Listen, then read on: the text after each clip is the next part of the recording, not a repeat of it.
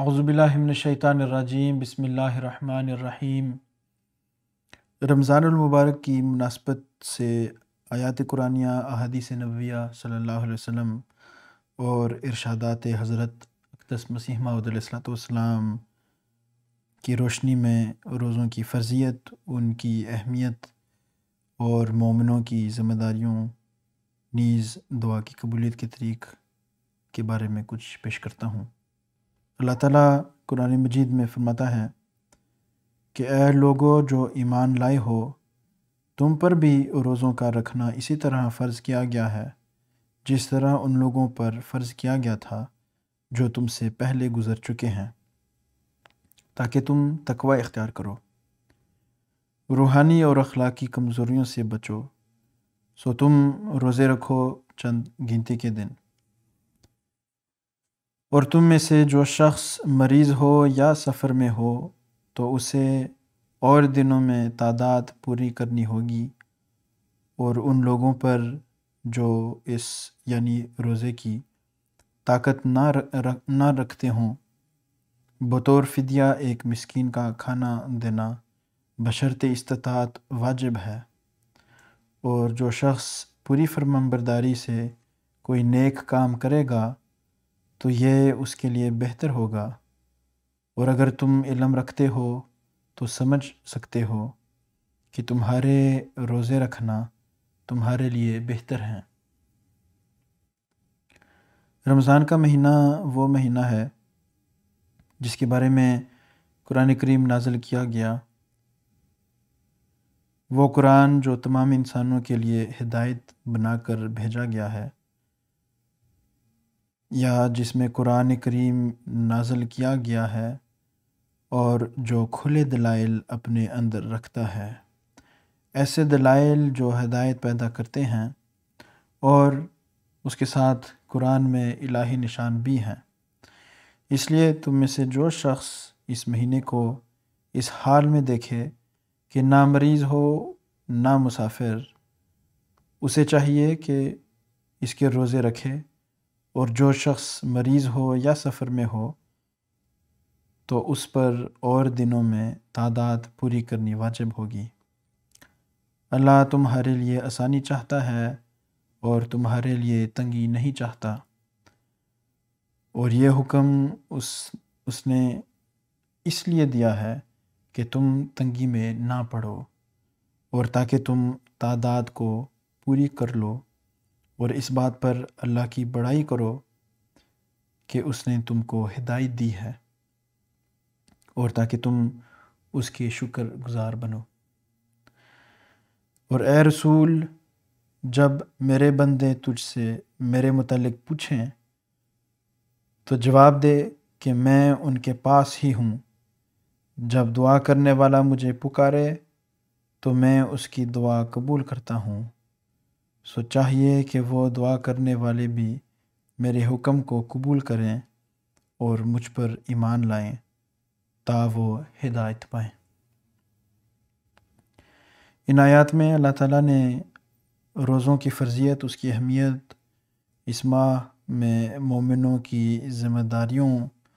اور دعا کی قبولیت کے طریق بیان فرمائے ہیں۔ ایک ایسا مہینہ ہمارے لیے مقرر فرمایا ہے جس میں خدا تعالیٰ بندوں کے قریب ترین آ جاتا ہے اور شیطان کو جکڑ دیتا ہے۔ بس جب اللہ تعالیٰ کی طرف سے بندوں پر اس قدر رحمتوں اور فضلوں کے دروازے کھولے جا رہے ہیں تو ہمیں کس قدر اللہ تعالیٰ کی بات کو سن کر روزوں کا حق ادا کرنے کی کوشش کرنی چاہیے۔ حضرت صلی اللہ علیہ وسلم نے ایک موقع پر فرمایا کہ اگر تمہیں پتہ ہو کہ رمضان کی کیا کیا فضیلتیں ہیں اور اللہ تعالیٰ کس طرح اور کس قدر تم پر مہربان ہوتا ہے تو تم یہ خواہش کرتے کہ سارا سال ہی رمضان ہو، سارا سال ہی ہم اللہ تعالیٰ کے فضلوں کو سمیٹے رہیں۔ پس روزے ہماری ہی فائدے کے لیے اللہ تعالیٰ نے ہم پر فرض کیے ہیں۔ روحانی جسمانی ہر قسم کے فوائد ہم روزوں سے حاصل کر سکتے ہیں۔ اب تو غیر مسلم ڈاکٹر بھی اس بات کے قائل ہو رہے ہیں، پہلے چند ایک تھے، اب تعداد بڑھتی جا رہی ہے،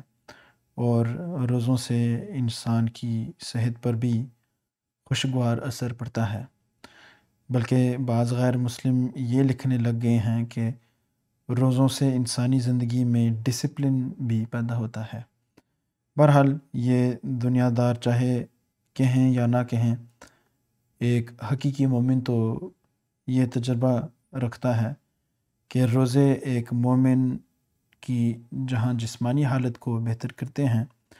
وہاں اس سے بہت بڑھ کر روحانی طور پر بھی اس کی حالت بہتری کی طرف لے جانے کا باعث بنتی ہے۔ بس ہمیں اللہ تعالیٰ کے اس حکم پر عمل کرتے ہوئے رمضان کے مہینے میں بھرپور کوشش کرنی چاہیے کہ اپنی روحانی حالت میں ترقی کریں۔ ان آیات میں اللہ تعالیٰ نے جو باتیں بیان کی ہیں وہ یہ ہیں کہ ہر ایک مومن اور ہر ایک مسلمان جو حقیقی مسلمان ہے اس پر روزہ فرض کیا گیا ہے۔ صبح سے شام تک بھوکا رہنا یہ تو روزہ نہیں ہے۔ حضرت مسیح موعود علیہ الصلوۃ والسلام نے فرمایا کہ خدا تعالیٰ کا منشا اس سے یہ ہے کہ ایک غذا کو کم کرو اور دوسری کو بڑھاؤ۔ ہمیشہ روزے دار کو یہ مد نظر رکھنا چاہیے کہ اس سے اتنا ہی مطلب نہیں کہ بھوکا رہے، بلکہ اسے چاہیے کہ خدا تعالیٰ کے ذکر میں مصروف رہے تاکہ تبتل اور انقطاع حاصل ہو، یعنی خدا تعالیٰ سے تعلق میں، اس کی عبادت میں، ذکر الہی میں انسان بڑھے اور دنیا کی طرف کم توجہ ہو۔ دنیا کے کام تو ساتھ رہتے ہی ہیں، وہ نہیں رکتے، لیکن ان کو کرتے ہوئے بھی خدا تعالیٰ کی یاد رہے، اس کے احکامات پر نظر رہے، اس کا ذکر ہوتا رہے۔ آپ علیہ السلام فرماتے ہیں، بس روزے سے یہی مطلب ہے کہ انسان ایک روٹی کو چھوڑ کر جو صرف جسم کی پرورش کرتی ہے، دوسری روٹی کو حاصل کر کے جو روح کی تسلی اور سیری کا باعث ہے، اور جو لوگ محض خدا کے لیے روزے رکھتے ہیں اور نرے رسم کے طور پر نہیں رکھتے، انہیں چاہیے کہ اللہ تعالیٰ کی حمد اور تسبیح اور تحلیل میں لگے رہیں۔ حضرت صلی اللہ علیہ وسلم نے بھی فرمایا کہ اللہ تعالیٰ کو تمہارے بھوکے رہنے سے کوئی غرض نہیں۔ پھر اللہ تعالیٰ یہ بیان فرما کر کہ روزے تم پر فرض کیے گئے ہیں، اس آیت میں فرماتا ہے، جو پہلی آیت ہے، کہ اس لیے فرض ہے کہ تم تقوی اختیار کرو۔ اور تقوی کیا ہے؟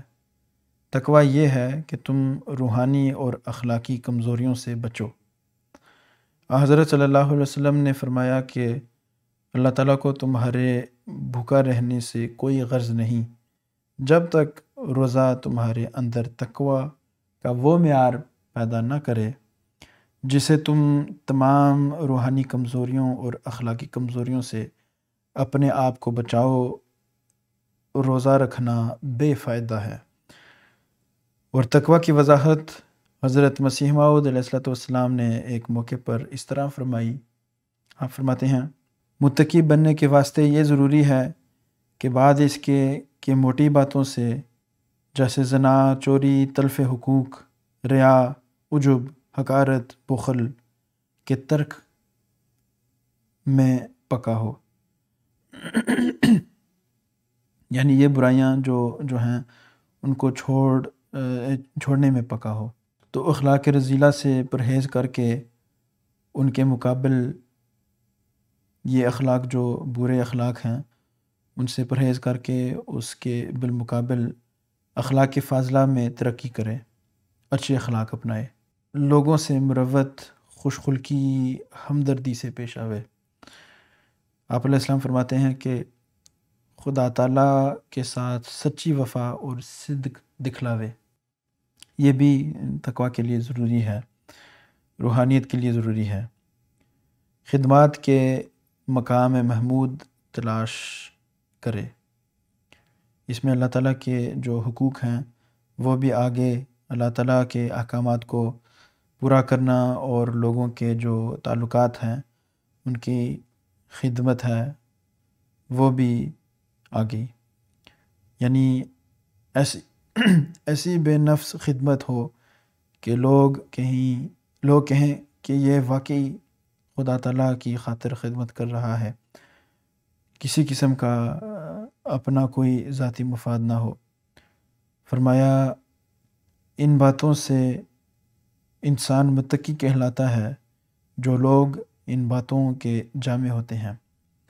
وہی اصل متقی ہوتے ہیں، یعنی اگر ایک خلق فردن کسی میں ہوں تو اسے متقی نہ کہیں گے، جب تک بحیثیت مجموعی اخلاق فاضلہ اس میں نہ ہوں، اور ایسے ہی شخصوں کے لیے لا خوف علیہم ولا هم یحزنون ہے، یعنی نہ ہی ان کو کوئی خوف ہوگا اور نہ وہ غم کریں گے۔ اللہ تعالیٰ نے ان کو یہ ضمانت دے دی، جب اللہ تعالیٰ کی یہ ضمانت مل گئی تو اور اس کے بعد ان کو کیا چاہیے۔ اللہ تعالیٰ ایسوں کا متولی ہو جاتا ہے، جیسے وہ فرماتا ہے وَهُوَ يَتَوَلَّى الصَّالِحِينَ۔ حدیث شریف میں آیا کہ اللہ تعالیٰ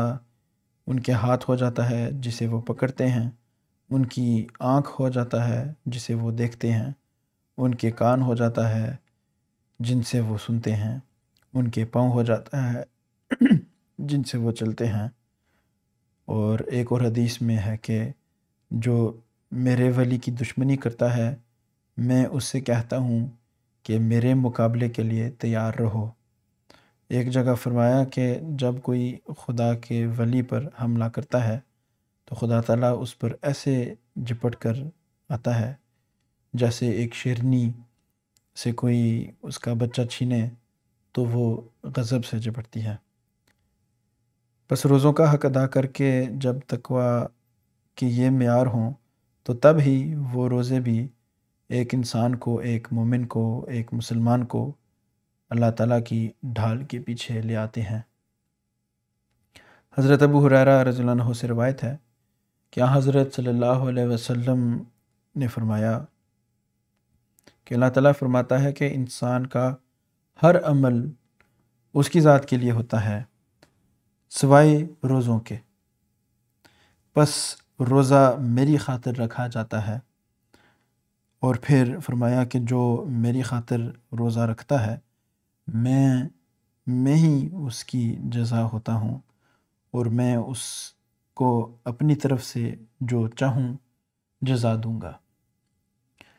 اور روزے ڈھال ہیں۔ پھر حضرت صلی اللہ علیہ وسلم نے فرمایا کہ اللہ تعالیٰ نے یہ بھی فرمایا کہ روزے ڈھال ہیں، اور جب تم میں سے کسی کا روزہ ہو تو وہ شہوانی باتیں اور گالی گلوچ نہ کرے، اور اگر اسے کوئی گالی دے یا اسے جھگڑے تو اسے جواب میں کہنا چاہیے کہ میں تو روزے دار ہوں، میں کسی قسم کی لغویات میں نہیں پڑتا۔ آپ صلی اللہ علیہ وسلم نے یہ بیان کرنے کے بعد فرمایا کہ اس ذات کی قسم ہے جس کے قبضہ قدرت میں محمد صلی اللہ علیہ وسلم کی جان ہے، کہ روزے دار کے منہ کی بو اللہ تعالیٰ کے نزدیک کستوری سے زیادہ اچھی ہے۔ آپ صلی اللہ علیہ وسلم نے فرمایا کہ روزے دار کے لیے 2 خوشیاں ہیں جو اسے خوش کرتی ہیں، ایک جب وہ روزہ افطار کرتا ہے تو خوش ہوتا ہے، کہ اللہ تعالیٰ نے اس کے روزے کی افطاری کے سامان پیدا فرمائے، اور دوسرے جب وہ اپنے رب سے ملے گا تو روزے کی وجہ سے خوش ہوگا، کیونکہ وہاں پھر اللہ تعالیٰ فرماتا ہے کہ میں اس کی جزا ہوں گا، میں اس کو اجر دوں گا، اور وہ بے بہا اجر جو اللہ تعالیٰ اسے دے گا، جو اللہ تعالیٰ کی خاطر روزے رکھتا ہے، تو وہاں اس کی خوشی کا مقام ہی اور ہوگا۔ بس یہ تقویٰ کا معیار ہے جو ایک حقیقی روزے دار کو حاصل کرنا چاہیے، اور حقیقی روزے دار پھر حاصل کرتا ہے کہ روزہ دنیا کی تمام قسم کی ملونے سے پاک ہو کر رکھا جائے، اور ہر قسم کی روحانی اور اخلاقی کمزوریوں سے بچتے ہوئے روزے دار اپنا دن گزارے، اس بات پر خوش نہ ہو جائے کہ میں نے روزہ رکھا ہے۔ دنیا میں کتنے ہی روزے دار ہیں جو بظاہر روزہ رکھتے ہیں، لیکن نہ ہی ان کی نمازوں کے وہ معیار ہیں جو ہونے چاہیے، نہ ہی ان کے اخلاق کے وہ معیار ہیں جو ہونے چاہیے۔ حضرت صلی اللہ علیہ وسلم نے جو یہ فرمایا ہے کہ شیطان اس مہینے میں جکڑا جاتا ہے، اسے باندھ دیا جاتا ہے، تو پھر دنیا میں رمضان کے مہینے میں بھی برائیاں کیوں جاری رہتی ہیں؟ روزہ ڈھال ان کے لیے بنتا ہے، شیطان کے حملوں سے انہیں بچایا جاتا ہے جو روزے کی حقیقت کو سمجھتے ہوئے تقویٰ اختیار کرتے ہیں۔ بس یہ وہ اصل مقصد ہے جو ہمیں ہر وقت اپنے سامنے رکھنا چاہیے، ورنہ حضرت صلی اللہ علیہ وسلم نے یہ بھی فرمایا ہے کہ بے شک رمضان میں جنت کے دروازے کھول دیے جاتے ہیں اور جہنم کے دروازوں کو تالے لگائے جاتے ہیں، اور شیطانوں کو زنجیروں میں باندھ دیا جاتا ہے۔ لیکن اس کے باوجود آپ صلی اللہ علیہ وسلم نے یہ بھی انذار فرما دیا، اس بات کی طرف بھی توجہ دلا دی کہ اگر پھر بھی کوئی رمضان کو پائے اور بخشا نہ جائے تو پھر کب بخشا جائے گا؟ بس یہ بات آپ صلی اللہ علیہ وسلم ہمیں فرما رہے ہیں، مسلمان کہلانے والوں کو فرما رہے ہیں، ان لوگوں کو فرما رہے ہیں جن کو اللہ تعالیٰ نے یہ فرمایا کہ روزہ تمہارے اوپر فرض کیا گیا ہے تاکہ تم ان دنوں میں صرف اور صرف خدا تعالیٰ کی عبادت اور اخلاقی معیاروں کی بلندیوں کو حاصل کرنے کی کوشش کرو۔ لیکن اگر نہیں کرو گے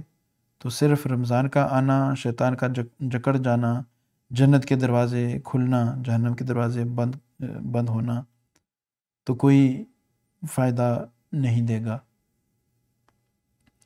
یہ انذار آپ صلی اللہ علیہ وسلم نے فرما دیا کہ اللہ تعالیٰ کی اتنی وسیع رحمت کے باوجود اگر بخشش کے سامان نہیں ہو سکتے تو پھر کب ہوں گے؟ بس ہم خوش ہو کر صرف رمضان کے آنے اور روزوں کی مبارک دیں، یہ مسلمان کا شیوا نہیں ہے۔ پھر اگلی آیت میں اللہ تعالیٰ یہ بھی فرماتا ہے کہ کن حالات میں تم روزے سے رخصت لے سکتے ہو، لیکن یہ بتانے سے پہلے یہ واضح کر دیا کہ اللہ تعالیٰ نے جو فرمایا کہ میں روزے کی خود جزا بنتا ہوں اور مومنوں کی خاص طور پر بخشش کے سامان پیدا کر رہا ہوں، تو یہ خیال نہ آئے کہ ہم روزہ رکھ کے کوئی بہت بڑی قربانی کر رہے ہیں، جس کی وجہ سے اللہ تعالیٰ کی مہربانی اور شفقت اور بخشش کی چادر ہم پر پھیلائی گئی ہے۔ بے شک اللہ تعالیٰ کا رحم اور اس کی شفقت بڑی وسیع کی گئی ہے، لیکن یہ کوئی ایسی بھی غیر معمولی قربانی نہیں۔ سحری کے وقت بھی ہم پیٹ بھر کر کھا لیتے ہیں، افطاری کے وقت بھی ہم اپنی مرضی کے مطابق کوئی نہ کوئی کچھ نہ کچھ کھا لیتے ہیں، اور پھر کون سی ایسی مستقل قربانی ہے؟ یہ تو صرف چند دنوں کی بات ہے، سال میں تو چند گنتی کے ہی دن ہیں۔ بعض لوگ روزہ رکھ کے بڑے فخر سے کہتے ہیں کہ ہم نے روزہ رکھا ہوا ہے،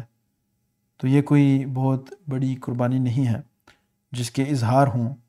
بلکہ حقیقی مومن تو بڑی سے بڑی قربانی کر کے بھی ڈرتا ہے کہ خدا تعالیٰ کب اور کس طرح راضی ہو، کچھ آئیے کہ اس کا اظہار کیا جائے۔ بہرحال اللہ تعالیٰ فرماتا ہے کہ یہ گنتی کے چند دن ہیں، سال کے دنوں کا 12واں حصہ ہے۔ پھر فرمایا کہ اس میں اللہ تعالیٰ تمہیں ان گنتی کے چند دنوں میں بھی اپنی رحمت سے نواز رہا ہے۔ اگر اس دوران تم بیمار ہو جاتے ہو یا سفر درپیش ہو جاتا ہے تو روزے سے ان دنوں میں رخصت ہے، لیکن یہ تعداد جو چھٹی ہوئی ہے یہ اور دنوں میں مکمل کرنی ہوگی۔ اور جو مستقل مریض ہیں استطاعت کی صورت میں یہ ضروری ہے، سوائے اس کے کہ کوئی اس حد تک مالی لحاظ سے کمزور ہو کہ اس کا خود صدقے اور امداد پر گزارا ہو، باقی ہر ایک کو جو کچھ کھاتا ہے اسی خوراک سے ایک مسکین کو کھلائے۔ ہاں اگر اس کی استطاعت ہے اور بڑھ کر استطاعت ہے تو یہ بھی ٹھیک ہے کہ تم پھر فدیہ بھی دے دو اور بعد میں روزے بھی رکھ لو۔ حضرت مسیح موعود علیہ السلام نے اس بارے میں فرمایا کہ خدا ہر ایک شخص کو اس کی وسعت سے باہر دکھ نہیں دیتا۔ وسعت کے موافق آپ علیہ السلام فرماتے ہیں کہ جتنی وسعت ہے، جتنی گنجائش ہے، جو خود کھاتے پیتے ہو اس کے مطابق گزشتہ کا فدیہ دے دو، اور آئندہ عہد کرو کہ سب روزے ضرور رکھوں گا۔ آپ علیہ السلام نے فرمایا کہ ایک دفعہ تو میرے دل میں خیال آیا کہ فدیہ کس لیے مقرر کیا گیا ہے، تو معلوم ہوا کہ توفیق کے واسطے اس لیے مقرر کیا گیا ہے کہ تاکہ اللہ تعالیٰ توفیق دے، تاکہ اس سے روزے کی توفیق حاصل ہو۔ فرمایا کہ خدا تعالیٰ تو قادر مطلق ہے، وہ اگر چاہے تو ایک مدکوک کو بھی روزے کی طاقت عطا کر سکتا ہے۔ ایسا مریض جس کو دکھ کی بیماری ہے، ٹی بی کا مریض ہے، اس کو بھی اللہ تعالیٰ طاقت دے سکتا ہے، اس کی صحت اچھی کر دے اور روزہ رکھ لے، تو آپ علیہ السلام فرماتے ہیں کہ فدیہ سے یہی مقصود ہے کہ وہ طاقت حاصل ہو جاوے، اور یہ خدا کے فضل سے ہی ہوتا ہے۔ آپ علیہ السلام فرماتے ہیں کہ بس میرے نزدیک خوب ہے کہ انسان دعا کرے کہ الہی یہ تیرا ایک مبارک مہینہ ہے اور میں اس سے محروم رہا جاتا ہوں، اور کیا معلوم کہ آئندہ سال زندہ ہوں یا نہ، یا ان فوت شدہ روزوں کو جو روزے چھوٹ گئے ان کو ادا کر سکوں یا نہ کر سکوں، دوبارہ صحت اجازت دے یا نہ دے، اور اس سے توفیق طلب کرے۔ آپ علیہ السلام فرماتے ہیں کہ یہ بات کہہ کے انسان اللہ تعالیٰ سے توفیق طلب کرے۔ اللہ تعالیٰ ہم کو اس چیز کی بھرپور توفیق عطا فرمائے۔ اللہم صلی علی محمد وعلی آل محمد وبارک وسلم انکا حمید مجید۔